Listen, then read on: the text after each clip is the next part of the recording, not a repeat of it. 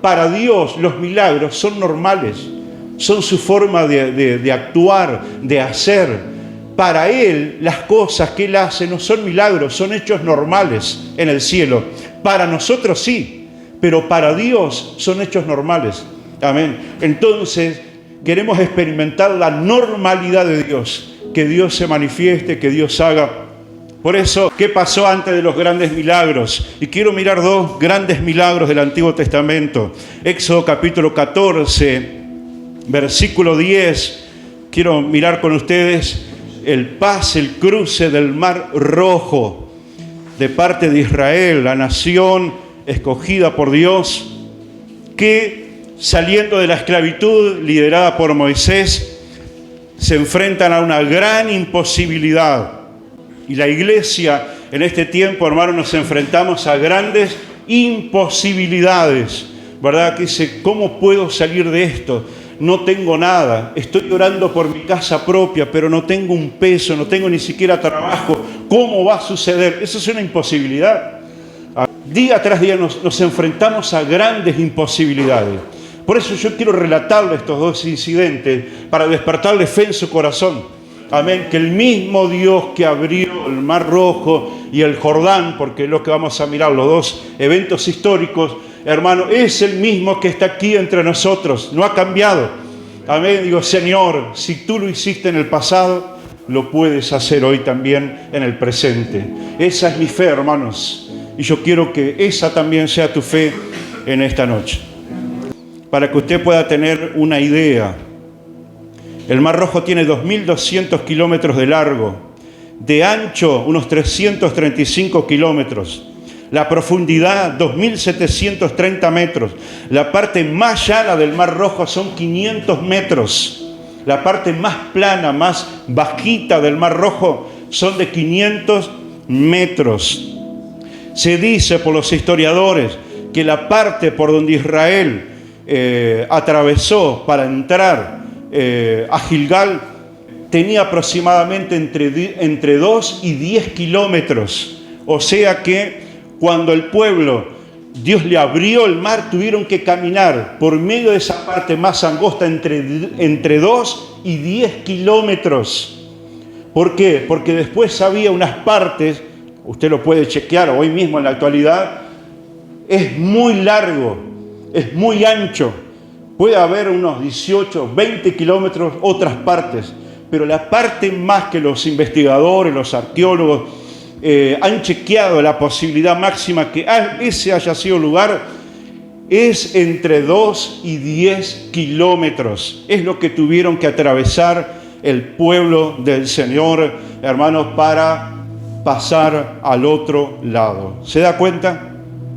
Antes de un milagro hay situaciones límites, hay situaciones que límites, al extremo. Yo no sé si usted ha experimentado situaciones límites.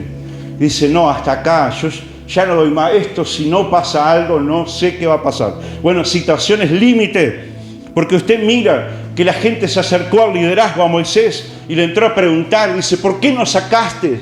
Dice, cuando empezaron a escuchar el tronar de los carros de Faraón que venían, miles y miles de soldados, hermano, el desierto, y Faraón se conocía la geografía del lugar, dice, está el mar enfrente y el desierto atrás, no tienen cómo escapar. Entonces vamos, los capturamos y los traemos nuevamente de esclavos. Esa era la intención del enemigo, ¿verdad? Recuperar lo que habían perdido. Y usted recuerde siempre eso, que el enemigo siempre quiere recuperar lo que perdió. Y entre ellos sos vos. Vos sos botín de guerra. Hay alguien interesado en recuperarte nuevamente para el reino de las tinieblas. Porque había sido útil en el reino de las tinieblas. No te olvides, por eso la guerra que hay alrededor tuyo. ¿Por qué? Porque el enemigo quiere recuperar lo que perdió. Y tú eres alguien que él lo perdió. Amén. Y que ahora eres del Señor. Pero la intención del enemigo dice, vamos y recuperemos. Vamos a seguir que esta gente nos siga sirviendo, siga esclava por más años, por más años. Entonces la presión previa la situación límite, aumentó la presión, el espíritu se exaltó de la gente y la gente le empezó a decir a Moisés: ¿para qué nos sacaste de Egipto? Nos hubiéramos quedado allá, dejanos servir a los egipcios, por lo menos teníamos algo para comer, ¿verdad? Dice, cuando la presión, hermanos, se instala, cuando el espíritu dice: queremos volver para atrás, ¿verdad? Queremos irnos para atrás, me quiero ir, quiero salir. La presión aumenta. Mire, hermano, cómo el escenario también se repite hoy día. Cuando usted llega a una situación límite, su vida personal, familiar, espiritual, dice: bueno, ¿qué hago? ¿Retrocedo? ¿Me voy? ¿Abandono todo? ¿Dejo todo? Hermano, cuando usted nunca se olvide, cuando la presión aumenta, los problemas parece que se multiplican, es porque es la previa de que algo está por suceder. Le voy a decir algo que es un código genético en la Biblia acerca de los milagros. Siempre la guerra rodea el nacimiento de un milagro. Cuando se multiplican los problemas es porque estamos frente a algo que está por suceder. Algo está por cambiar la historia de nuestra vida. Y usted lo mira, históricamente en la Biblia sucede así. Hermanos, cuando nació Jesús, ¿qué es lo previo que sucedió? La matanza de niños, miles de niños menores de 2 años fueron sacrificados por Herodes. Miles de niños, hubo llanto, hubo clamor en toda la tierra, porque Herodes mandó a matar todos los niños de Judea. Entonces, hermanos, ¿por qué tanto dolor? ¿Por qué tanto sufrimiento? Es que estaba naciendo algo que iba a cambiar la historia para siempre. Jesucristo, el eterno Hijo de Dios, estaba viniendo a este mundo. ¿Se da cuenta? Variedad de problemas muchas veces no quieren decir que Dios nos ha abandonado, hermanos. Quiere decir que me estoy acercando a algo importante. Me estoy acercando a algo. Pablo, estoy leyendo el libro de los Hechos, y cuando Pablo llega en el capítulo 28 del libro de los Hechos, llega a la isla de Malta, y él iba rumbo a Roma a dar testimonio a César. Roma era la capital del mundo en aquel entonces, capital del Imperio Romano. Y el Señor lo quería llevar a Pablo a dar testimonio en Roma, a César y a toda la cúpula gubernamental de Roma. Pero antes de llegar, dice que la nave tuvo problemas y llegaron a la isla de Malta.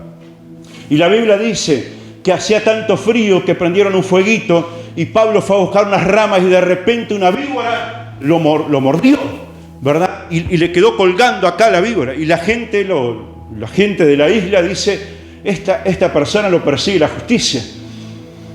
Y todos estaban esperando que cayera muerto, pero Pablo no murió. Al contrario, se sacudió y siguió como si nada, conforme a la promesa que el Señor nos iba a guardar de semejantes ataques.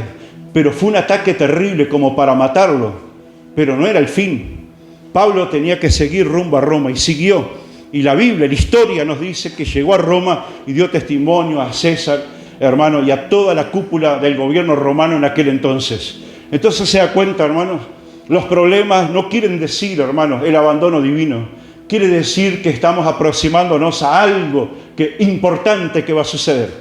Usted mira a nivel regional, mundial, hermanos, usted sabe cómo la tierra está temblando, los últimos terremotos, todo lo que está sucediendo en Venezuela, en Colombia, también en Indonesia, en España, bueno, distintas naciones, hermanos, los terremotos, la tierra se está sacudiendo, ¿verdad?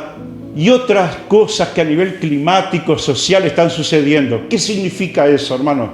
Significa que la iglesia se está aproximando a ese evento tan glorioso que va a ser la segunda venida del Señor, el arrebatamiento de la iglesia, que la iglesia va a volar a la eternidad en un momento. Quiere decir eso, que están habiendo los dolores de parto, que están anunciando que se viene una nueva era, una nueva época. Hermanos, que el Señor está por bajar el telón a la historia y Él comenzar a escribir otra historia de manos de la iglesia. ¿Se da cuenta? Entonces los dolores de parto, hermano, no están hablando del abandono de Dios sobre la tierra, porque Dios sigue sentado en su trono.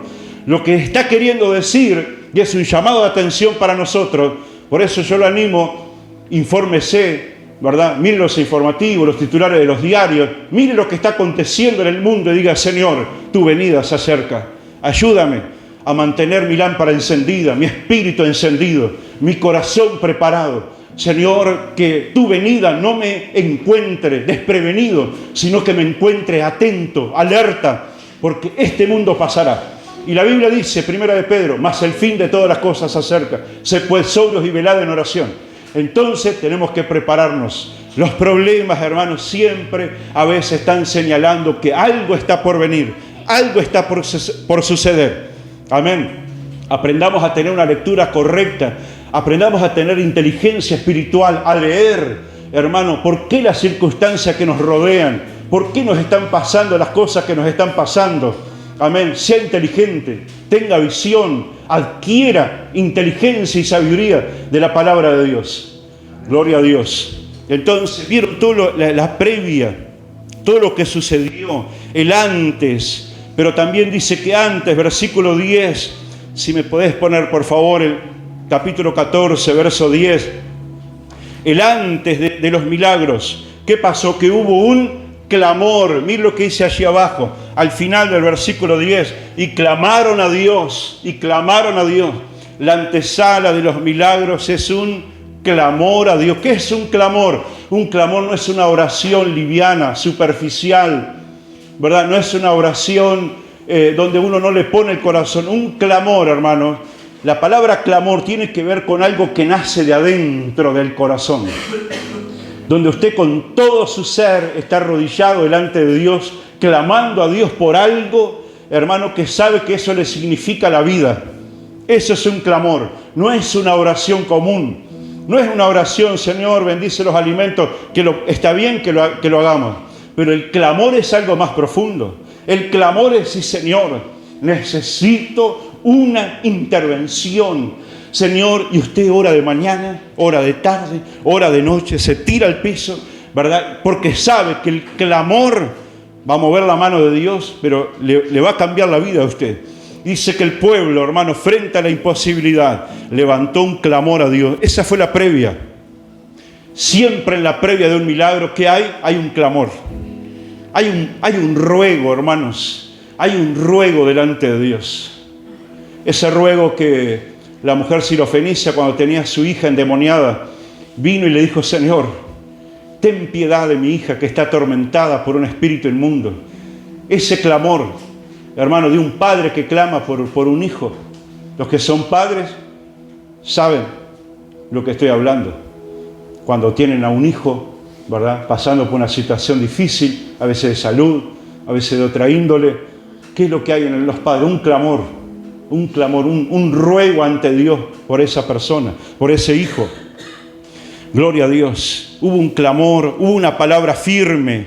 El versículo 13 y 14 dice, y Moisés dijo al pueblo, no temáis, estad firmes y ved la salvación que el Señor hará hoy con vosotros, porque los egipcios que hoy habéis visto, nunca más para siempre los veréis. Qué tremendo, hermano, cuando Dios te libera una promesa de esta naturaleza. Mirá, lo que te ha perseguido hasta hoy, míralos bien, porque nunca más los vas a ver. Y a nosotros nos ha pasado que hemos recibido promesas con respecto a distintas situaciones, y el Señor han pasado los años y lo ha cumplido.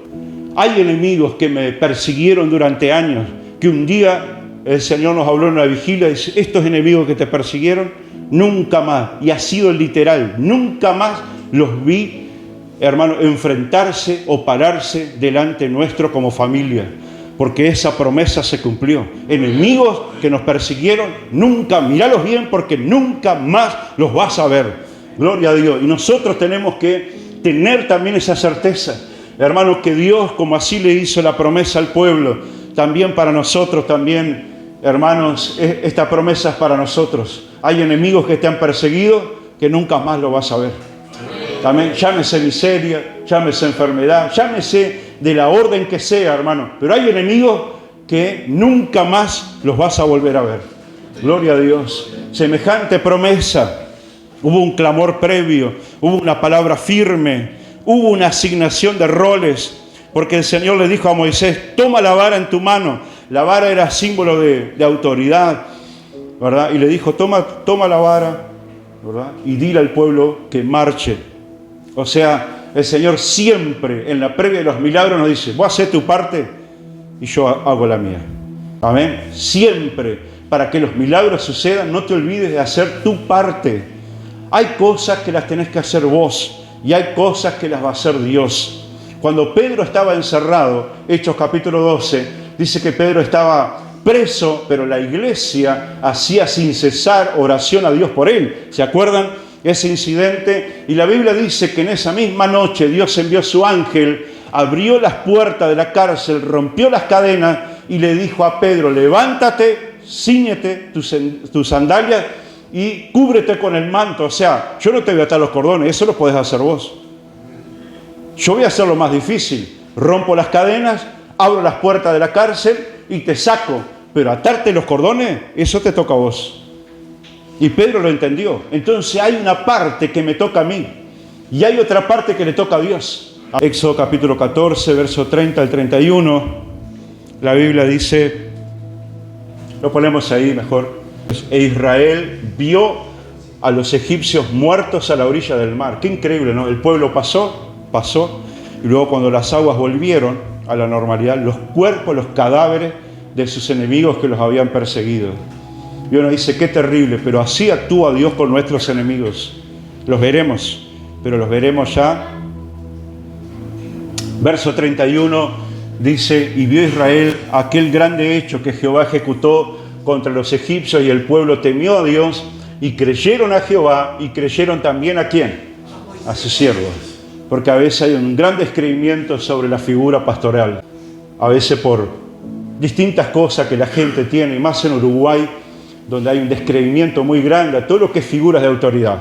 Llámese padre, llámese madre, maestro, policía, bombero, ¿verdad? Todo lo que es figura de autoridad, hoy el uruguayo cuestiona, ataca, critica, y la iglesia no está exenta de eso. Por eso los milagros lo que hace es confirmar por un lado la fidelidad de Dios, pero también, hermanos, decirle a la gente, mandarle un mensaje, mirá que la persona que está allí ministrando la puse yo y tiene mi respaldo. Amén. Y eso es algo tremendo. Siempre Dios hace milagros para glorificar su nombre y también para establecer, hermanos, las autoridades que Él ha puesto. Amén. Él no se olvida de las autoridades que Él ha puesto. Amén. Por eso en los hogares el padre y la madre reivindiquen siempre su autoridad, como siempre enseñamos acá. Porque Dios los va a defender, Dios los va a orientar y los va, hermanos, a cubrir. Porque el padre y la madre son autoridad espiritual puesta por Dios. Amén. Y los hijos, gracias a Dios, van tomando conciencia que es así. Que no es solamente un mero diseño humano, sino que la familia es un diseño espiritual. Y Dios siempre va a defender y va a respaldar, hermanos, la autoridad en la casa, que es el papá y que es la mamá. Se escudriñaba esta palabra. Digo, Señor, estas cosas, bueno, ¿por qué estas cosas están sucediéndonos a nosotros ahora? Estamos en la previa de entrar a nuevos territorios. Y el otro gran milagro, hermanos, que el Antiguo Testamento relata, es el cruce del Jordán. Había tal vez unos 30 metros, 40 metros, entre 30 y 50 metros, dicen los historiadores, por donde Israel pasó, ya directamente frente a Jericó. Pero dice que la previa, les comento un poquito lo que pasó en la previa. Hermanos, ellos tuvieron 3 días de preparación. ¿Cuántos días? 3 días. ¿Cuánto demoraron en pasarlo? Un solo día.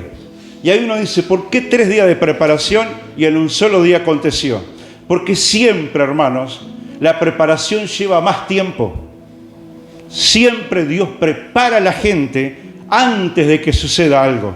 Siempre Dios te prepara. De la preparación nadie se escapa.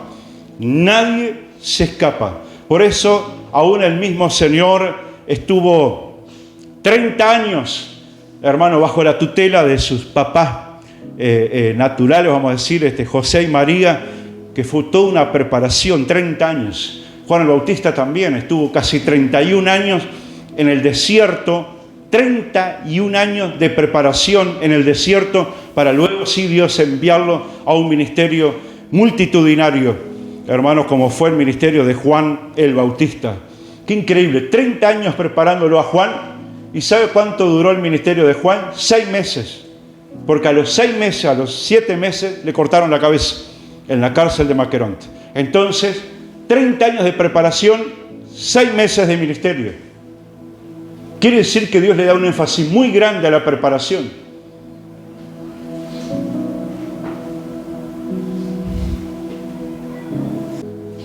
Mire que para Dios formar un obrero, hermano, le cuesta años formarlo, prepararlo. A Josué le costó prácticamente casi 30 años, porque 30 años estuvo bajo la tutela de Moisés. 30 años bajo la tutela de Moisés. Cuando Moisés muere, Josué ahí sí emerge al escenario, al liderazgo público, pero tuvo 30 años de preparación. Entonces no se olvide de la preparación que usted tiene que tener. Amén. Siempre, antes de que usarte en algo el Señor, primero te prepara y te pasa por toda la escuela que tenés que pasar, que tenemos que pasar para ser el obrero de valor que Dios quiere. Estuvieron 3 días de preparación y en un solo día pasaron.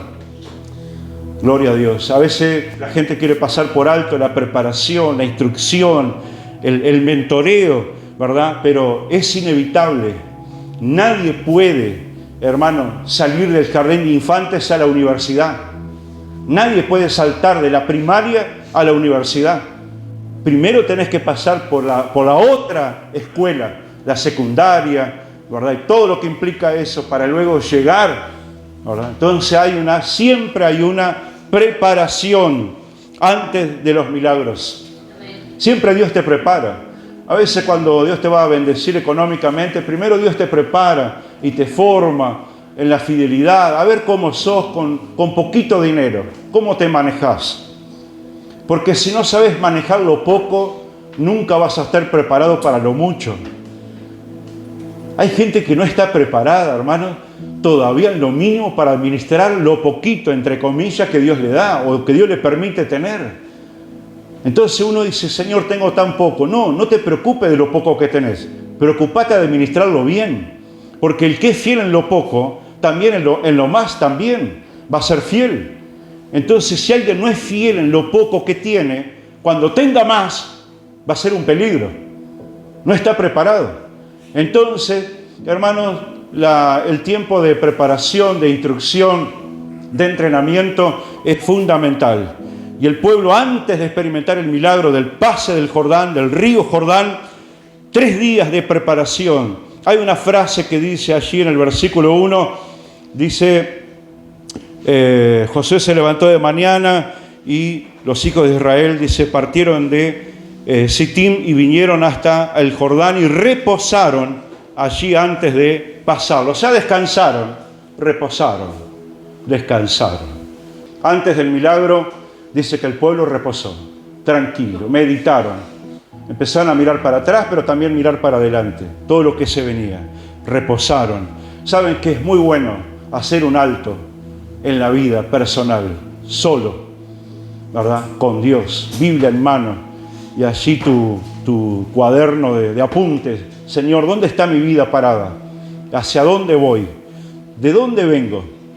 ¿Dónde he estado en los últimos 6 meses? ¿Y dónde estoy parado hoy?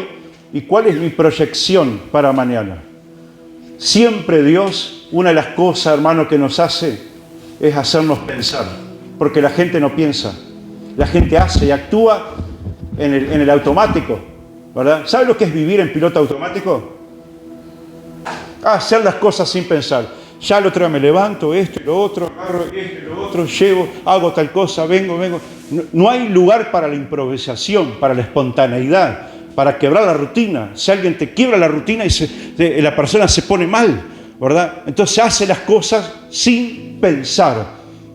Vive la vida en piloto automático. No hay lugar para la espontaneidad. No hay lugar es rutinaria la vida de la persona. Siempre hace lo mismo. Va a tirar la basura siempre a la misma hora, todos los días. Y los vecinos saben que fulano de tal a las 6 de la tarde 6:05 más tardar, va a tirar la basura allí en el barrio. Ya la gente sabe que es así, ¿verdad? Que no está mal el orden, pero la rutina muchas veces es enemiga, hermanos, de la fe. La rutina cansa. Dice, ¿por qué hacemos todos los días? ¿Y por qué lo hacemos? ¿Verdad? ¿Sabe que la rutina es un gran enemigo de los matrimonios? La rutina, siempre lo mismo, ¿verdad? Siempre lo mismo. El trabajo, la comida, acostarse, dormir. Sí, si salimos, no, mañana hay que hacer esto y lo otro. La rutina. Entonces, no, porque gastamos nafta. No, porque gastamos plata. No, porque entonces la rutina es un gran enemigo, hermanos, también de las parejas, de los matrimonios. La gente a veces tiene miedo a hacer algo distinto, el piloto automático. Por eso el Señor lo hizo descansar al pueblo y dice que reposaron, meditaron todo lo que iba a acontecer. ¿Dónde estaban parados? Ellos eran los hijos de gente que había sido esclava en Egipto, era la segunda generación. Entonces estaban allí y dicen, qué increíble, ¿cómo estamos acá? Pensar que nuestros padres murieron en el desierto. ¿Y por qué murieron en el desierto? Y murieron por desobedientes, por incrédulos, porque continuamente se rebelaron y murmuraron contra Dios en el desierto. Por eso los enterramos en el desierto. Toda esa generación que estaba por entrar, iba a pasar el río Jordán, eran hijos de gente que no le creyó a Dios. Entonces el Señor los hizo reposar, mediten, miren para atrás, miren sus padres, miren lo que les pasó por no haberlo creído a la promesa. Ellos eran los primeros para pasar, pero por cuanto no creyeron, murieron en el desierto. Pero ustedes van a pasar. Él dice que Dios sabiamente les dio 3 días para reposar y pensar lo que estaba por suceder. Gloria a Dios, gloria a Dios. En el versículo 3 y 4, allí del libro de Josué, dice, y mandaron al pueblo diciendo, cuando veáis el arca del pacto de Jehová vuestro Dios y los levitas, sacerdotes que la llevan vosotros, saldréis de vuestro lugar y marcharéis en pos de ella. En el milagro anterior del cruce del Mar Rojo, la vara que simbolizaba la autoridad dada por Dios a Moisés es lo que abrió el mar, la autoridad. Pero ahora, literalmente, no era una vara, era el arca. Y el arca simbolizaba la presencia de Dios. Entonces Dios estableció un principio por generaciones. Dice, estén atentos al movimiento de la presencia de Dios, porque cuando ella se mueva, ustedes tienen que moverse también. Por eso usted nunca se mueva, hermano, sin primero consultar a Dios. No tome decisiones unilaterales sin consultar a Dios, porque a veces la gente toma decisiones y después le pregunta a Dios y dice, Señor, ¿estuve bien o estuve mal? Y ahora ya la tomaste. Eso era antes, no después. Pregunta antes, porque después que tomaste la decisión, vas a comer de las consecuencias, sean buenas o sean malas. ¿Me entienden? Entonces, una de las cosas, hermanos, que Dios estableció por 1000 generaciones, es que la gente, antes de un milagro, tenía que mirar atentamente al Señor, cambiar, hermanos, mirar atentamente la presencia de Dios. Y lo otro previo que sucedió, el versículo 5, que me impacta también, Josué capítulo 3, verso 5. Mire lo que dice. Esto es la previa, ¿no? Y Josué dijo al pueblo, santificaos, porque Jehová hará maravillas entre vosotros. Hará mañana maravillas entre vosotros. Una de las cosas que mandó el Señor al pueblo antes de los milagros, santifíquense. En otras palabras, apártense de todo aquello que ustedes saben bien que quebranta leyes divinas. Apártense. Entonces Dios les dio 3 días para purificarse, para reflexionar, hermano, y para santificarse. La palabra santificarse para apartarse de todo aquello que ofende a Dios. Gloria a Dios.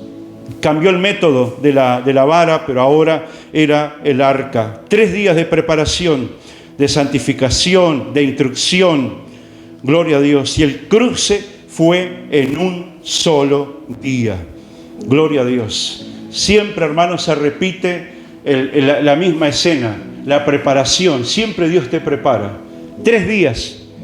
Pero el milagro en sí fue en un instante, en un día puede acontecer. Lo que la preparación puede llevar meses, pero los milagros van a suceder rápidamente.